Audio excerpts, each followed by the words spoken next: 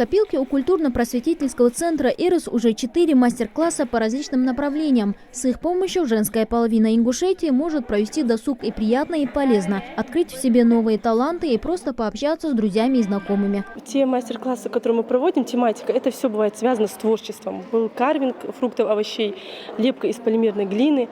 Вот непосредственно сегодня это мыловарение. Это такое увлекательное рукоделие, очень популярное на сегодняшний день. И все это, в принципе, является арт-терапией, которая в том числе очень интересно бывает и, в принципе, полезна для женщин.